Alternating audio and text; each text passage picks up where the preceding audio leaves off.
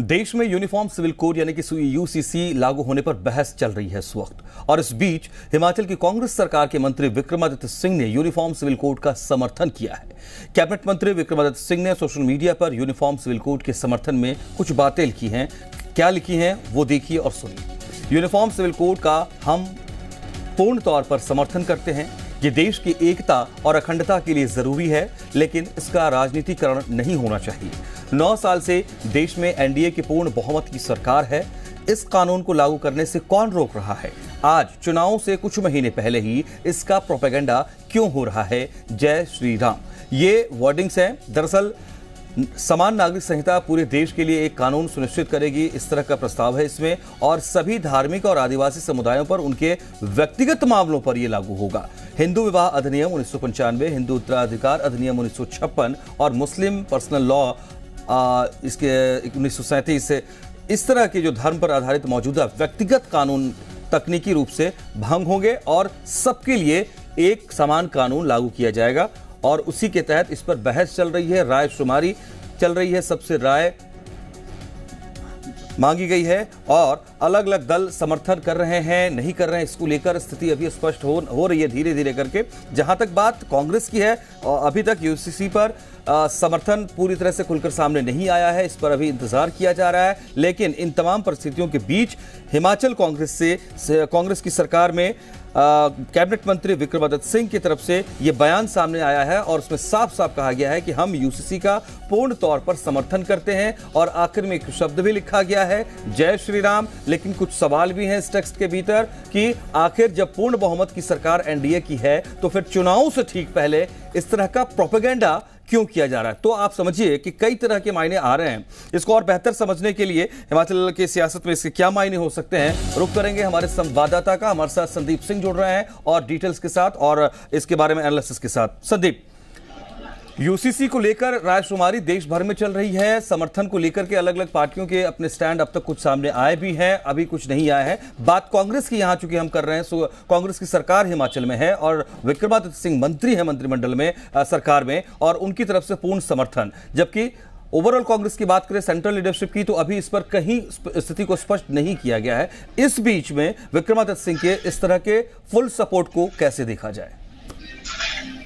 मनोज, देखिए, राजनीतिक लिहाज से इसका काफी महत्वपूर्ण जो है वो संबंध है, क्योंकि जिस तरीके से विक्रमादित्य सिंह ने जो है वो अपने फेसबुक पेज पर ये पोस्ट करके जो है वो अपनी निजी राय दी है, तो जाहिर तौर पर इसके राजनीतिक मायने जरूर निकाले जाएंगे। क्योंकि एक तरफ जो है उन्होंने बीजेपी पर सीधा निशाना साधा है, क्योंकि 9 साल केंद्र में जो है वो बीजेपी के हो चुके हैं और जिस तरीके से एनडीए की जो सरकार है, फुल मेजोरिटी की सरकार है, उस पर सवाल साधा है कि 9 साल से हैं तो फिर यूसीसी को अभी तक लागू क्यों नहीं किया, इसमें विरोध किसका है। तो जाहिर तौर पर इसके राजनीतिक मायने भी जरूर होंगे, क्योंकि जिस तरीके से केंद्र में बीजेपी की सरकार जो है वो अब पार्लियामेंट का मॉनसून का सत्र होने जा रहा है जुलाई में, तो जाहिर तौर पर उस दौरान यही उम्मीद जताई जा रही है कि यूसीसी पर जो है वो बिल पेश किया जाएगा और इसको लागू करने पर जो है वो विचार विमर्श किया जाएगा। तो जाहिर तौर पर अब देखना ही होगा कि जिस तरीके से पूरे देश में अलग अलग राज्यों में जो है वो इस पर माथापच्ची चल रही है, ऐसे में कांग्रेस अभी फिलहाल इसके खुलकर समर्थन प्रदेश के बाकी हिस्सों से नहीं नजर आई है। लेकिन प्रदेश में जिस तरीके से कांग्रेस की सरकार है, हिमाचल प्रदेश में जो है विक्रमादित्य सिंह हिमाचल सरकार के कैबिनेट मंत्री हैं और ऐसे में इनका बयान बहुत मायने रखता है। और दूसरी तरफ कई सारे सवाल जो है वो बीजेपी पर तंज के तौर पर इन्होंने कसे हैं और देखना ही होगा कि इस पर जो है वो बीजेपी किस तरीके से रिएक्ट करती है, प्रदेश पर में खासकर प्रदेश भाजपा किस तरीके से इस पर रिएक्ट करती है।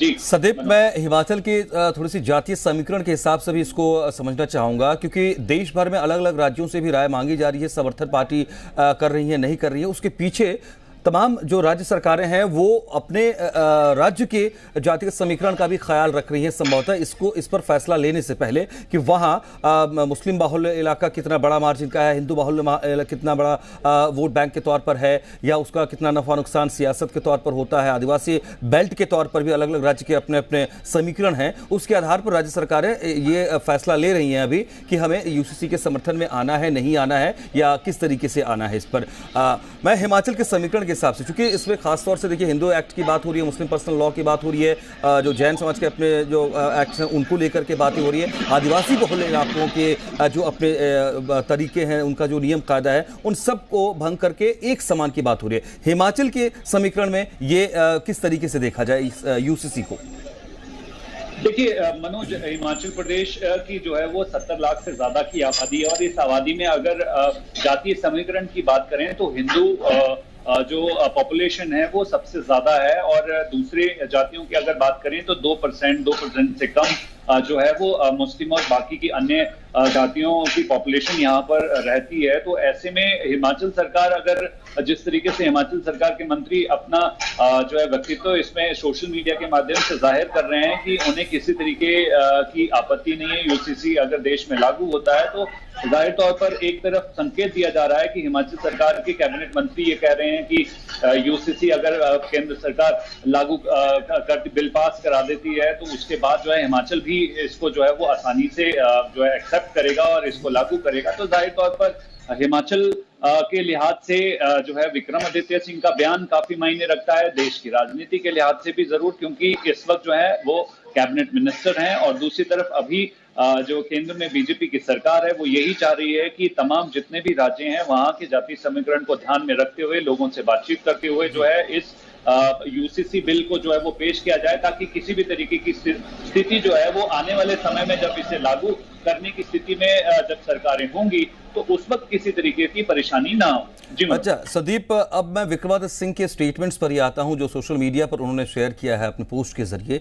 एक तो बात हमने की कि यूसीसी का समर्थन पूर्ण रूप से करते हैं, इस पर अपनी क्या स्थितियां हो सकती है हिमाचल के बारे में।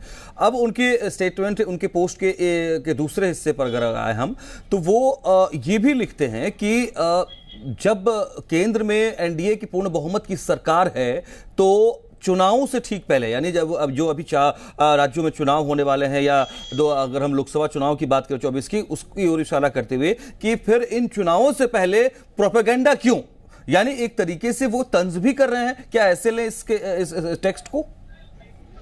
बिल्कुल मनोज, आपने ठीक कहा, क्योंकि इस पोस्ट को अगर सही तरीके से जिस तरीके से आपने एलोबरेट किया तो इसमें कुछ बातें सामने निकल कर आती हैं। एक तरफ से समर्थन जो है वो विक्रमादित्य सिंह इस यूसीसी में कर रहे हैं और दूसरी तरफ जो है वो तंज भाजपा की तरफ कर रहे हैं, क्योंकि 9 साल से केंद्र में जो है बीजेपी की सरकार है और इस वक्त 9 साल पूरे होने पर भाजपा के तमाम कार्यकर्ता, केंद्रीय मंत्री हों या स्टेट से जुड़े जो पदाधिकारी हैं वो लोगों के बीच जा रहे हैं कि 9 सालों में जो है वो भाजपा के जो कार्यकाल के दौरान जो है वो क्या कुछ अहम डिसीजंस लिए गए और लोगों को किस तरीके से उसका बेनिफिट हो रहा है। तो जाहिर तौर पर 2024 के चुनावों को लेकर जो है तैयारियां अभी से शुरू हो चुकी हैं और ऐसे में इस बीच जो है वो सवाल भी उठाए जा रहे हैं कि 9 साल से सरकार में, जो केंद्र सरकार में भाजपा जो है वो राज कर रही है, तो ऐसे में इस यूसीसी बिल को पहले ही ला देना चाहिए था और इसे अप्रूव करना चाहिए था, अप्रूवल करवाना चाहिए। तो ऐसे में बहुत सारे तंज जो हैं वो इस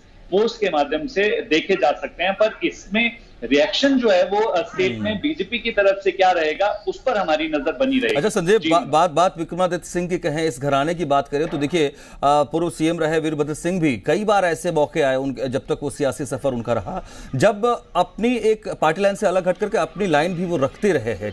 जैसे राम मंदिर का भी मुद्दा था तो उस पर उनकी अलग राय होती थी, पूरी तरह से समर्थन करते थे। तो शायद इस रूप में भी देखें कि इस जो एक ट्रेडिशन वीरभद्र सिंह का चला आया है उस तरीके से विक्रमादित्य सिंह भी आगे चल रहे हैं, बढ़ रहे हैं।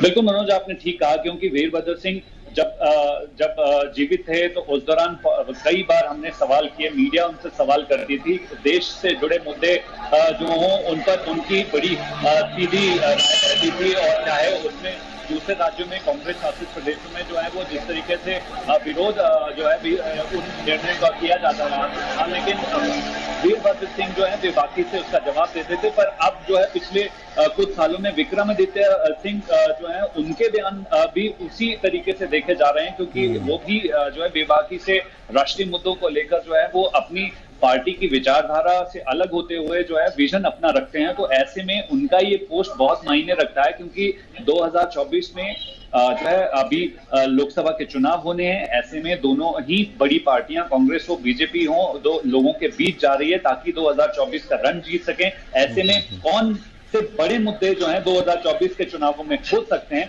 उनमें से यूसीसी एक काफी अहम रोल रखने वाला है। तो ऐसे में सीधी तीखी टिप्पणी जो है वो विक्रमादित्य सिंह ने अपने पोस्ट के जरिए से जो है वो की है। अच्छा संदीप, हमने थोड़ा कास्ट फैक्टर का भी जिक्र किया इस यूसीसी के समर्थन को लेकर के।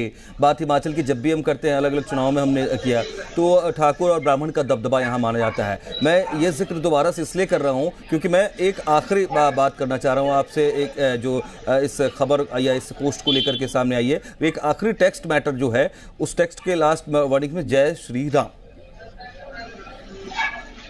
बिल्कुल मनोज, जाहिर तौर पर जिस तरीके से भारतीय जनता पार्टी के नेता जो हैं वो इस जय श्री राम को ज्यादातर जो है इस्तेमाल में लाते हैं। हालांकि राम भगवान जो हैं वो सभी लोगों के लिए सामान्य भगवान है। तो ऐसे में कांग्रेस से अगर कोई नेता इस शब्द को लेकर जो अपने पोस्ट में इसका इस्तेमाल करता है, तो जाहिर तौर पर इस पर राजनीतिकरण जरूर होगा और ऐसे में जो है वो इसके मायने जरूर निकाले जा सकते हैं। पर इस शब्द को इस्तेमाल करने के लिए जो है कई बार विक्रमादित्य सिंह से सवाल भी किए हैं, तो उन्होंने कहा कि राम भगवान सबके हैं, तो इसमें बीजेपी का कोई अधिकार नहीं है। तो इस तरीके से उनका वर्जन हमेशा से रहा है। और ऐसे में पिछले कुछ समय में विक्रमादित्य लगातार जिस तरीके से सोशल मीडिया में एक्टिव रहते हैं और अपनी बात को जो है वो, चाहे वो राष्ट्रीय स्तर पर हो या प्रदेश के स्तर पर हो, उसको जो है प्रदर्शित करते रहते हैं और उस पर जो है वो उनकी जो कमेंट्स हैं वो लगातार आते रहते हैं। तो ऐसे में जो ये इनका लास्ट प्रीवियस पोस्ट